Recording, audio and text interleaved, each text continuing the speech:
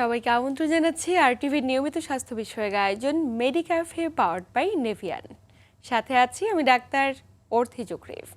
সাম্প্রতিক সময়ে সংক্রামক রোগের প্রাদুর্ভাব সারা দেশ সহ বিশ্বব্যাপী একটি বড় জনস্বাস্থ্য সমস্যা হয়ে দাঁড়িয়েছে।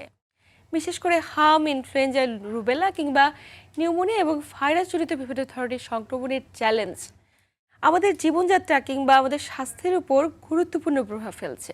তবে আপনি কি করে সমস্ত সংক্রামক ব্যাধি থেকে নিজেকে সুরক্ষিত রাখতে পারেন? দর্শক, আমাদের নিয়মিত আয়োজনের আজকের পর্বে আমরা কথা বলবো সংক্রামক ব্যাধি নিয়ন্ত্রণে করণীয় বিষয়গুলো নিয়ে। এবং আলোচনা করবার জন্য স্টুডিওতে আমাদের সাথে উপস্থিত আছেন doctor Sujauddin Talukdar, consultant medicine বিভাগ, বাসাইল হেলথ কমপ্লেক্স, টাঙ্গাইল।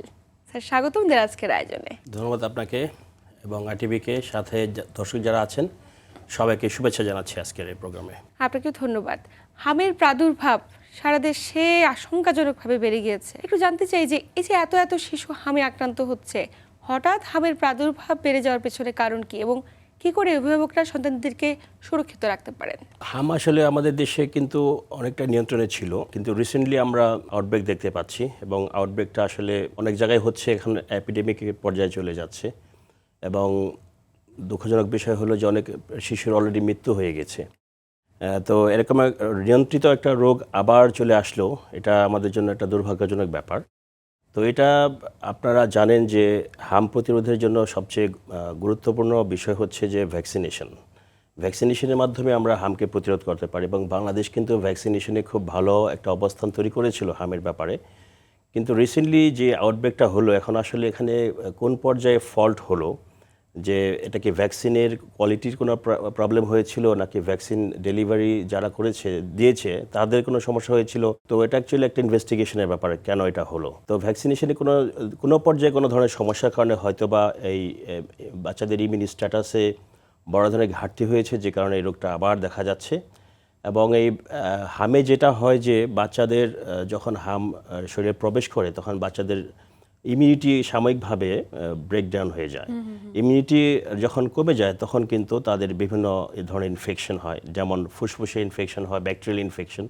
এবং এই ব্যাকটেরিয়াল ইনফেকশন হওয়ার কারণে এখান থেকে ব্যাকটেরিয়াল নিউমোনিয়া সিভিয়ার হয়ে যায় এবং প্রচণ্ড শ্বাসকষ্ট হতে পারে এবং এখান থেকে শিশুদের মৃত্যু হচ্ছে মূলত। এছাড়াও কিন্তু বাচ্চাদের ডায়রিয়াও হতে পারে, ডিহাইড্রেশনও হতে পারে। তবে এবারকার হামে ডায়রিয়া, ডিহাইড্রেশনের মৃত্যুর চাইতে যেটা বেশি নোটিস করা যাচ্ছে যে বাচ্চাদের সেকেন্ডারি ব্যাকটেরিয়াল নিউমোনিয়াতে মৃত্যুটা বেশি হচ্ছে। এই যে সেকেন্ডারি ব্যাকটেরিয়াল নিউমোনিয়া, মানে কখন সতর্ক হবেন অভিভাবকরা? ও নিউমোনিয়া হয়েছে কিনা কিভাবে বুঝবেন?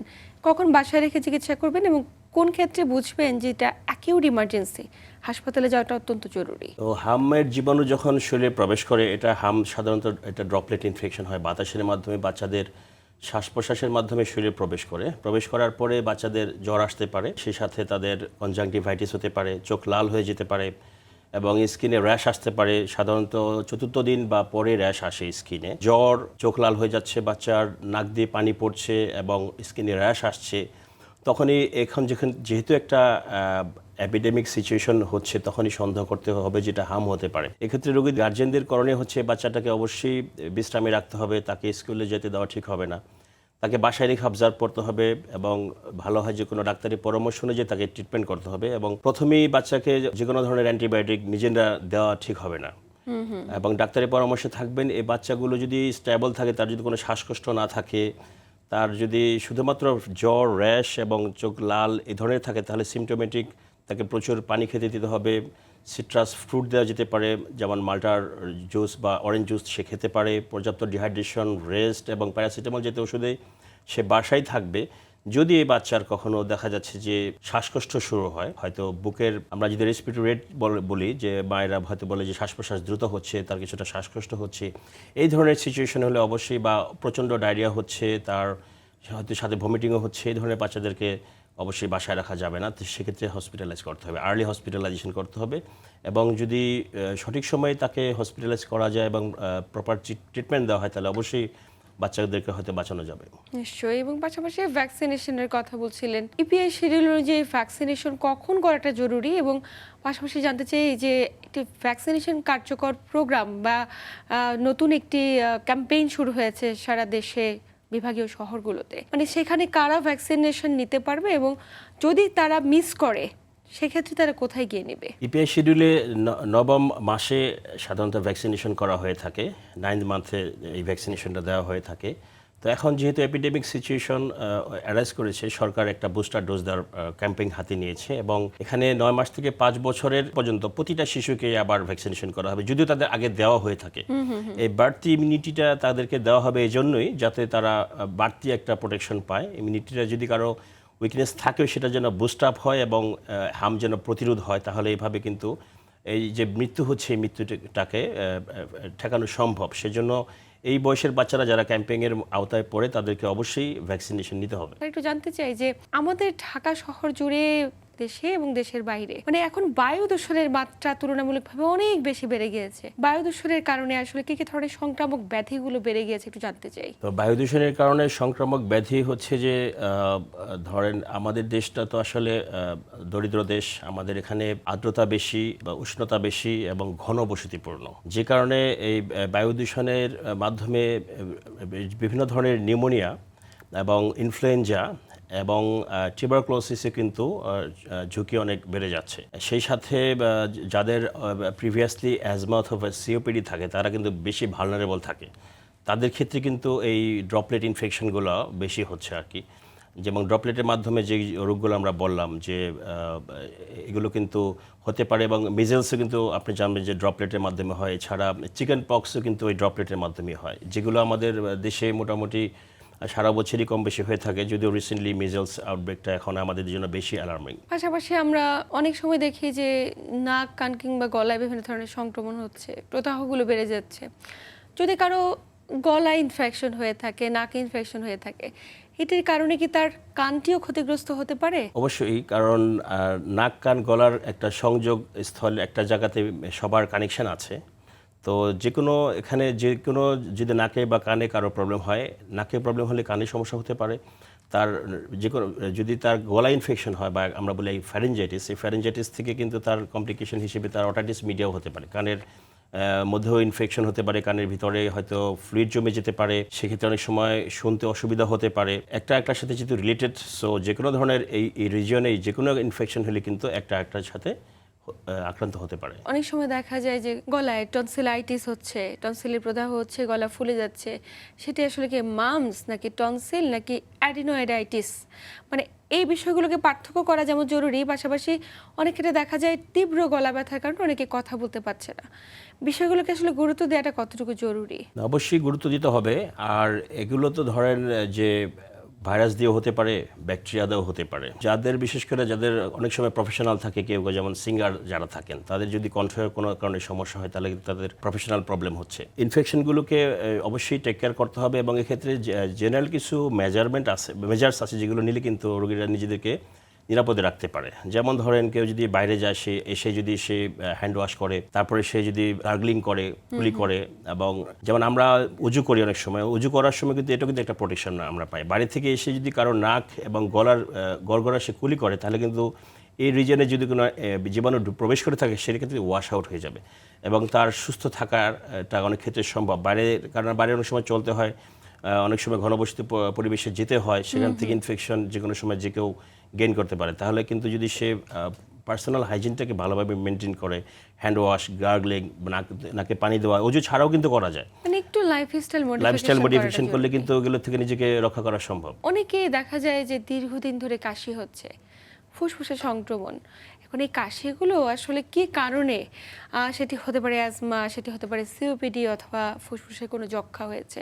মানে কাশির ভ্যারিয়েশনটা কিভাবে আমরা বুঝবো, পার্থক্য করবো কোনটা আসলে কোন রোগ? বিস্তারিত জানবো, তবে সময় হচ্ছে একটি ছোট্ট বিরতি নেবার। প্রিয় দর্শক, আপনারা দেখছেন RTV নিয়মিত স্বাস্থ্য বিষয়ক আয়োজন মেডিক্যাফে, পাওয়ার্ড বাই নেভিয়ান।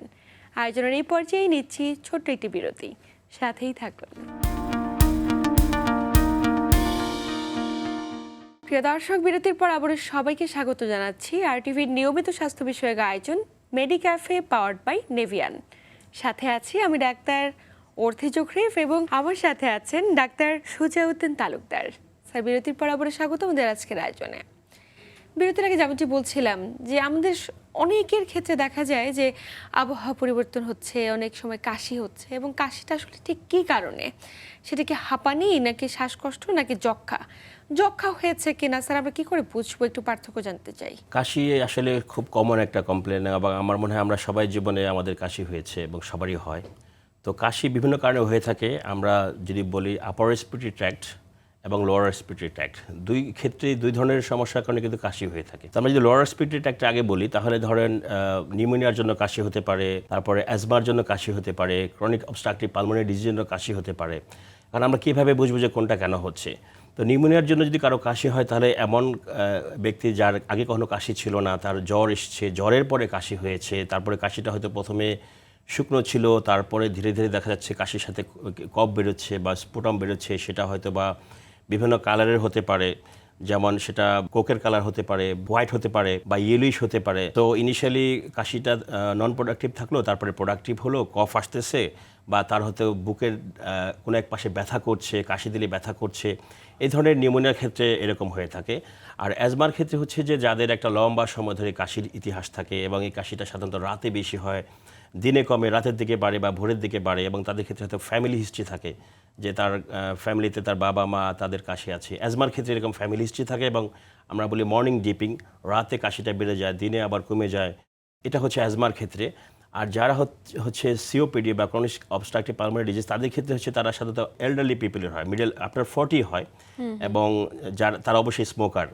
তারা হয়তো লম্বা সময় মোর দেন 10 ইয়ার্স তারা স্মোক করেছে, হয়তো এক প্যাকেটের চেয়ে বেশি এরকম স্মোক করেছে। তো এটা একটু ওল্ডার এজে হয় বা মিডল এজ টু ওল্ডার এজে হয়, এবং এই কাশিগুলো সবসময় একই রকম থাকে এবং সবসময় কাশি লেগে থাকে, এবং তারা স্মোকার, তারা ওল্ডার এজ, এদের সিওপিডির ক্ষেত্রে এরকম হয়। আর যদি আপার রেসপিরেটরি ট্র্যাক্ট আমরা চিন্তা করি, তাহলে যেটা একটু আগে আলোচনা হচ্ছিল যে ফ্যারিঞ্জাইটিস অথবা সাইনোসাইটিস, এই ধরনের কারণে সাধারণত কাশি হতে পারে। তো আপার রেসপিরেটরি ট্র্যাক্টের কাশিও সাধারণত শুকনো হয়, এবং যদি কারো কাশি, যে কোনো পেশেন্টের, যে কোনো ব্যক্তির যদি কাশি কারো 3 সপ্তাহের বেশি হচ্ছে এবং সেটার কোনো এক্সপ্লেনেশন পাওয়া যাচ্ছে না, কোনো কিছুতে ব্যাখ্যা করা যাচ্ছে না, কারণ নিউমোনিয়ার কাশিতে একটা লম্বা সময় হয় না, পেশেন্টের ট্রিটমেন্ট করলে সে ভালো হয়ে যায়, তার পারসিস্টেন্ট কাশি হচ্ছে মোর দেন 3 উইকস, এক্ষেত্রে অবশ্যই টিউবারকুলোসিস সন্দেহ করতে হবে। এবং আপনি জানেন যে টিউবারকুলোসিসের জন্য কিন্তু ট্রিটমেন্ট আমাদের দেশে টেস্ট এবং ট্রিটমেন্ট সবই ফ্রিভাবে দেওয়া হয়ে থাকে গভর্নমেন্টের পক্ষ থেকে। সো এক্ষেত্রে এই সমস্ত রোগীদেরকে আমরা কফ পরীক্ষার কথা বলবো এবং টিউবারকুলোসিসকে অ্যাসেসমেন্ট করব। জানতে চাই যে একজন ব্যক্তি নিউমোনিয়া আক্রান্ত হয়েছে, নিশ্চয়ই তার বডি ইমিউনিটি কম, রোগ প্রতিরোধ ক্ষমতা কম থাকার কারণেই তো বয়োজ্যেষ্ঠ কিংবা একটি শিশুর বারবার নিউমোনিয়া হয়। কিন্তু একবার নিউমোনিয়া হলে এই রোগীদের ক্ষেত্রে দেখা যায় বারবার আক্রান্তের একটি প্রকট তৈরি হচ্ছে। আসলে সুরক্ষিত থাকা কতটুকু জরুরি, এবং বারবার যদি না হয় কোন জায়গাটাতে আপনি পরিবর্তন আনার পরামর্শ দেবেন? নিউমোনিয়া যদি আমরা প্রতিরোধ করতে চাই, তাহলে প্রথম কথা হচ্ছে নিউমোনিয়ার জন্য কারা বেশি ঝুঁকিপূর্ণ। নিউমোনিয়ার জন্য বাচ্চারা ঝুঁকিপূর্ণ, নিউমোনিয়ার জন্য যাদের বয়স বেশি তারা ঝুঁকিপূর্ণ। আরেকটা হচ্ছে যাদের প্রিভিয়াসলি কোনো লাং ডিজিজ আছে, লাইক একটু আগে আমরা বলছিলাম যে অ্যাজমা, তারপরে সিওপিডি, এছাড়াও ডিফিউজ পালমোনারি লাং ডিজিজ আছে একটা, এই ধরনের রোগ যাদের আছে, প্রিভিয়াসলি আছে, তাদের ক্ষেত্রে কিন্তু নিউমোনিয়া ঝুঁকি বেশি। তো তাদের ক্ষেত্রে সতর্ক যেটা নেওয়া যেতে পারে, সেটা একটা হচ্ছে তাকে ভ্যাকসিনেশন করা যেতে পারে। নিউমোনিয়া কিন্তু ভ্যাকসিন পাওয়া যায়, নিউমোককাসের এগেনস্টে ভ্যাকসিন পাওয়া যায়, ইনফ্লুয়েঞ্জার এগেনস্টে ভ্যাকসিন পাওয়া যায়। তো তারা যদি ভ্যাকসিনেশন নেন, যেমন ফ্লু শট বলে উন্নত দেশে, সেই প্রতি বছর তারা ফ্লু শট নেয়। তো এরকম যদি ভ্যাকসিনেশনের জন্য তারা যদি নিয়মিত ভ্যাকসিনেশন নেয়, তাহলে এটা একটা প্রতিরোধ সম্ভব। দুই হচ্ছে যারা ঝুঁকিপূর্ণ, তারা অবশ্যই ঝুঁকিপূর্ণ কিছু অভ্যাস ত্যাগ করতে হবে। লাইক কারো যদি স্মোকিং থাকে, অ্যালকোহলিজম থাকে, এগুলো তারা বাদ দিতে হবে। ডায়াবেটিস, প্রেশার থাকলে অবশ্যই প্রপারলি কন্ট্রোল করতে হবে। তাকে পুষ্টিকর খাবার খেতে হবে সো দ্যাট তার ইমিউনিটি স্ট্রং হয়। এই সব কিছু মিলিয়ে কিন্তু যারা ঝুঁকিপূর্ণ তারাও কিন্তু এই নিউমোনিয়াকে প্রতিরোধ করতে পারে। তার মানে নিউমোনিয়া আক্রান্ত ব্যক্তিদের ক্ষেত্রে অবশ্যই ভ্যাকসিনেশনটা খুব বেশি জরুরি, এর অল্টারনেটিভ কিছু নেই। একটু জানবো যে এই সমস্ত বিষয়গুলো প্রতিরোধে, অনিয়ন্ত্রিত ডায়াবেটিস, আরেক থেকে যেমন নিউমোনিয়া, সিওপিডি, অ্যাজমা, এই নানান জটিলতা প্রতিরোধে আপনার দর্শকদের উদ্দেশ্যে পরামর্শ কি থাকবে? অ্যাজ এ হোল যদি আমরা বলি, অবশ্যই সবাইকে একটা হচ্ছে যে তার ডায়েটারি কিছু চেঞ্জ করতে হবে, তার লাইফস্টাইল মডিফিকেশন করতে হবে, আমাদেরকে পুষ্টিকর খাবার গ্রহণ করতে হবে। এবং পুষ্টিকর খাবার হয়তো ইন্ডিভিজুয়ালাইজড, এক একজনের জন্য এক এক রকম, ডায়াবেটিসের জন্য একরকম, প্রেশারের জন্য একরকম। সো ইন্ডিভিজুয়ালাইজড একটা ডায়েট প্ল্যান, যার জন্য যেটা প্রযোজ্য, তাকে পুষ্টিকর খাবার গ্রহণ করতে হবে। এক, কারণ পুষ্টিকর খাবার কিন্তু একটা মানুষের ইমিউনিটিকে ডেভেলপ করে এবং ইমিউনিটিকে মেনটেন করে। 2 হচ্ছে তাকে এক্সারসাইজ করতে হবে নিয়মিত। একটা জিনিস হয়তো কেউ কেউ মনে করে যে ডায়াবেটিস প্রেশার থাকলেই বোধহয় এক্সারসাইজ করতে হয়, আদারওয়াইজ এক্সারসাইজের প্রয়োজন নাই, অথবা শুধু বৃদ্ধরা তাদেরকে এক্সারসাইজ করতে হবে, ইয়াংদের করার দরকার নেই। নো, এক্সারসাইজ আসলে সবারই প্রয়োজন।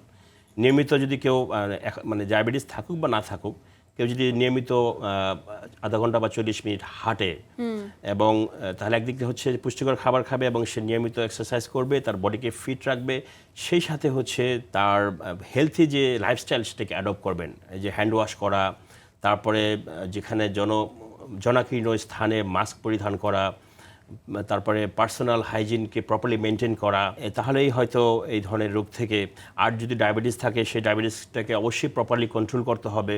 কারণ ডায়াবেটিস যদি কন্ট্রোল না থাকে তাহলে কেউ হয়তো মনে করে যে আমার তো সমস্যা হচ্ছে না, বাট অ্যাকচুয়ালি ডায়াবেটিস তো সমস্যা হয় 10-12 বছর পরে। যখন সমস্যা হয় তখন তো আসলে ডায়াবেটিসের যে ক্ষতিগুলো হয় সেগুলো কিন্তু আর মেকআপ করা সম্ভব না।